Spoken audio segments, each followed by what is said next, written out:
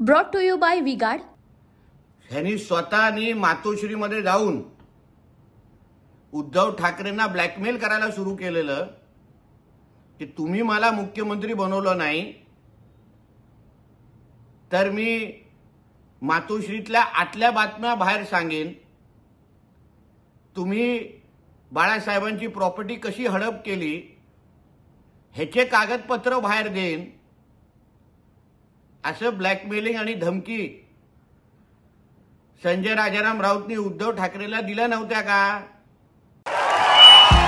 भाइयों बहनों, उनके राज में पावर रहे अनस्टेबल और हम रखे सब स्मूथ और स्टेबल। हमारा नेता कैसा हो जो स्टेबल पावर दे वैसा हो। अब की बार V-Guard AC स्टेबलाइजर का चमत्कार। थेट पवार साहेबांना पण जाऊन सांगितलं होतं की तुम्ही माझंच नाव मुख्यमंत्री म्हणून चालवा, असा आग्रह धरला नव्हता का? सामनाच्या कार्यालयातून किती आमदारांना फोन गेले होते की संजय राजाराम राऊतचं नाव तुम्ही मुख्यमंत्री पदासाठी सुचवा? कुठले ब्लॅकमेलिंग आणि धमक्याचे धंदे सुरू केलेलेस?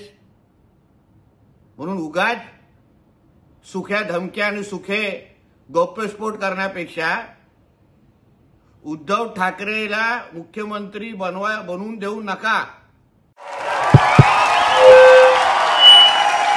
उनका बैकअप सिर्फ कल तक और हमारा चांद तक।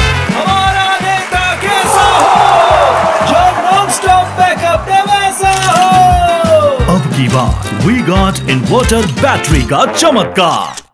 किंवा माझं स्वतःचं नाव मुख्यमंत्री म्हणून चालवा, असा हा कार्यक्रम तू चालू केला होतास का?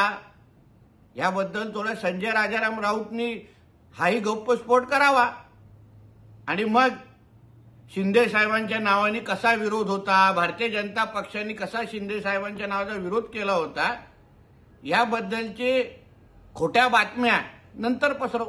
Brought to you by V-Guard.